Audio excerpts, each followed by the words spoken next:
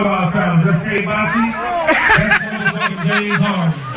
Say Bashi. James Harden. Boruto Chapter 70 is finally here. Super Saiyan Code is unleashed. Eida actually neither accepts or rejects Shikimaru's offer, more so kind of thinks about it and prolongs it by saying she'll speak to him soon and more, which we'll get into. If you don't know how or really remember how my chapter reviews work, cause yeah, it has been a while, I basically discuss multiple topics which all will have a timestamp in the description for those who are looking for specifics. We talk about things happening in the chapter, how these events change the future of the story, or how it even affects characters who didn't make an appearance. And with that said, I want to first discuss Shikimaru and what I think his overall role is in this arc, and why I don't believe he has as much relevancy for the rest of it. So an occurring thing with Shikimaru is how he, over anyone besides Amado in the series, has seemed to get a good idea of how every villain's abilities work. He compares Code's transportation ability to Minato's. He sees firsthand how Kawaki was hit with his own attack, which didn't really make sense until he saw Damien. And lastly, this and last chapter, Amado spills on exactly how Eida's abilities work. And on top of that, it all happens to be in the exact same chapter where Code gets his limiters removed while Shikimaru has Naruto, Sasuke, Boruto, and Kawaki basically in the same room as him. My guess is that Shikimaru's purpose this arc was to be the one to uncover all the enemy's abilities in order to present it to the ones going to fight very soon. Because like I said, as soon as he finds out how the last member's abilities work, he has those four specifically close by to him, basically for Shikimaru to debrief on how they fight. Unfortunately, however, it cost Shikimaru a place on Code's kill list. Obviously, I couldn't present this when I wasn't doing YouTube before, but when Sasuke told Shikimaru about Code's hideout, while Code also makes an appearance where Amado was right by him, I had an idea that we may be getting a rescue arc, or at the very least, Code was going to capture Amado and the gang would have to go after him. I'd say what happened here was kind of predictable because I don't know for sure if Code is coming here or if they're going to him, but for Sasuke to present the location, like Code gets his limiter removed and he comes back to Konoha, the big crazy fight happens here, people die, etc., the arc ends, that would basically make Sasuke's journey an excuse for not being there when Boruto got killed kinda pointless. So for the most part, I think I am right on them heading over to Code. The next topic I want to discuss, and I know some people might be upset at this, but is the fact that there is no way in hell Sarada and Mitsuki show up to fight Code. And I'm gonna have to touch back a bit here on why I don't think Code will come back to Konoha, but another reason is simply because it's not just Naruto and Sasuke fighting, Kawashiki and 100% Boruto, who I'm gonna be honest, if all teamed up, could put up a fight against him. I don't think it would be smarter for Code to go to them compared to coming to him. And by the way the chapter ended, if Code really were to kill Amado, it wouldn't be at the beginning of a chapter. That's something you do as a cliffhanger. So I'm 100% sure Amado isn't going to be killed off next chapter,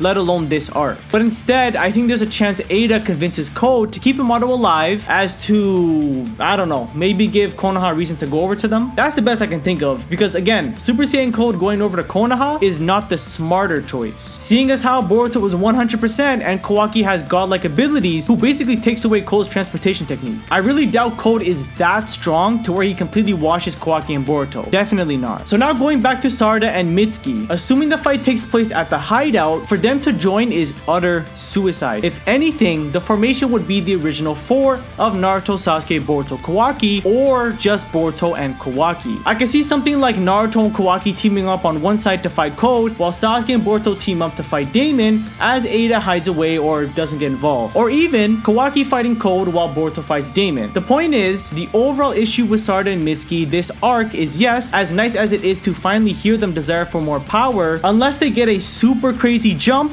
there is no way they're going to be even remotely close to what those two are at even by the beginning of the time skip. Mangekyo, Sage Mode, it doesn't matter. In order for them to match the two in power, they basically need to cheat it through the same way Amado gave Kawaki the power he has. Like Kawaki said, we are at a different time to where training is just utterly pointless if you want to match with the best. There's no time for a 2-year training period because it doesn't change anything. Boruto might have won the fight against those two before when debating whose training method to go by, but Kawaki still ended up being right as the story progressed through his method. And in order for Sarada and Mitsuki to become relevant again, they're going to need a crazy boost in power fast, not in 3 years. The next topic we are going to discuss is really what happened in this next fight, and to start off, I think there's a chance we are finally going to see Boruto do other things besides spam Rasengan. Boruto states that he feels like he has more control over Momoshiki's power. We also know that training with Karma is pointless as the knowledge of how to use the abilities is passed down to the vessel. So if Boruto pulls out a chakra staff or a sword, I don't see why he wouldn't be able to know how to use it in the same way Kawaki was able to perfectly use Ishiki's abilities. If Boruto in this fight doesn't use Momo's techniques, he was hoed. I don't care, because they would be doing him dirty. And when it comes to power scaling, yes, Code is far superior to Jigen. He is the strongest in the verse right now, and we can sit here and debate who wins between Naruto,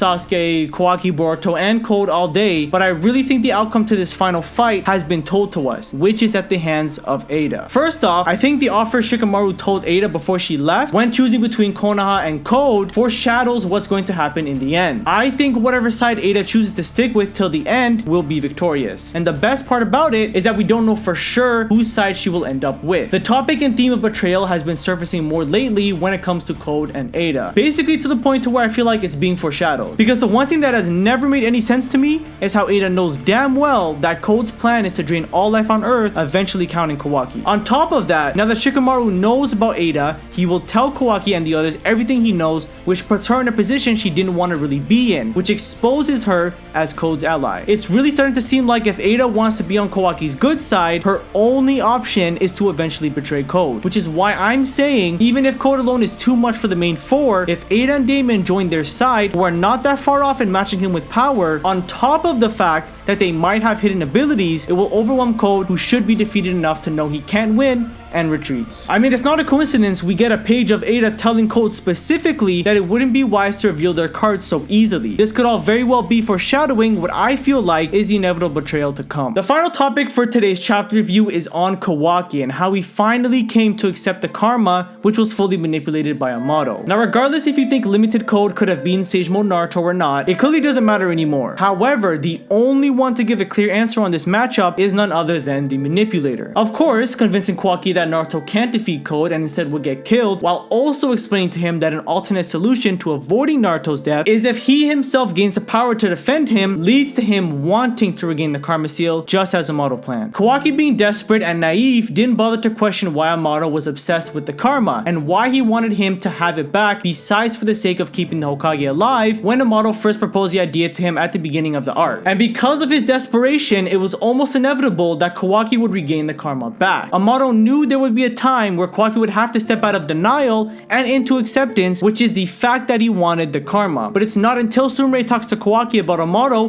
having an ulterior motive that Kawaki now wants to discuss this with him, but it's too late. As much as Kawaki hates Jigen and everything he brought, there were some aspects to him he even admitted were rational and true. And in this case, we're talking about the power that was bestowed upon him, which fills the gap in his heart. Jigen goes on to say that Kawaki isn't anything without the Karma Seal. He has no worth, and as we read this arc, Kawaki felt nothing but anxiety and grief over potentially losing Naruto, and because of this, he was lost. Right back to feeling the same way he did when he met Naruto, thinking that he didn't belong in the village or with anyone else because he isn't like everyone else. He didn't have the same upbringing as everyone else, and because he knows he can't protect the Hokage from death at his current state, he grows so desperate to keep him alive that he offers his life to Code and begs while eating dirt. Cause what else can he do? He knows he's an outsider at the end of the day, he knows that he indirectly brought trouble to the village, and he genuinely feels worthless without the power he once had. That same confidence he had since stepping up to Ishiki is gone. He doesn't feel a part of the family that Naruto was trying to include him in anymore, and overall, like I said, this puts him back at the same position he was in before, which is why now, as soon as he has the karma back, we're seeing that version of Kawaki that's cold-blooded, has badass dialogue, badass fights, and a super confident personality. Because I mean, he fully went up against Borushiki, not thinking he had a chance to win, but knowing he had a chance to win. I mean, he had a convo mid-fight with Naruto and still almost won. Do you know how crazy that is? Kawaki is back to himself, and only because Amado picked up on exactly what I was just explaining about his character. Amado knew Kawaki would suffer and struggle without the seal. He knew eventually Kawaki would get it back because he wanted it back. The whole vessel aspect of the seal sucked, but the power of it is something Kawaki never hated clearly. Kawaki this chapter just confirmed Jigen's words when he said from the bottom of his heart he realized he needs the power of karma because without it, he is in fact nothing. All now finally coming full circle, and I doubt Kawaki would ever want to get rid of the mark he once tried to get rid of again. And that, ladies and gents, is the end of today's chapter review. It was a pretty good chapter overall. However, I'm personally waiting until we finally get to the fight portion, which I'm 99% sure is not happening next chapter, but could be the chapter after. There will be a lot of explained videos and discussions to go through once that is all over with, so content creators like myself will in fact be benefiting when that finally gets to it. If you enjoyed today's video, I'd very much appreciate a like, and be sure to check out my Twitter in the description below. This has been your boy Chosen, and I'll catch you on the next one.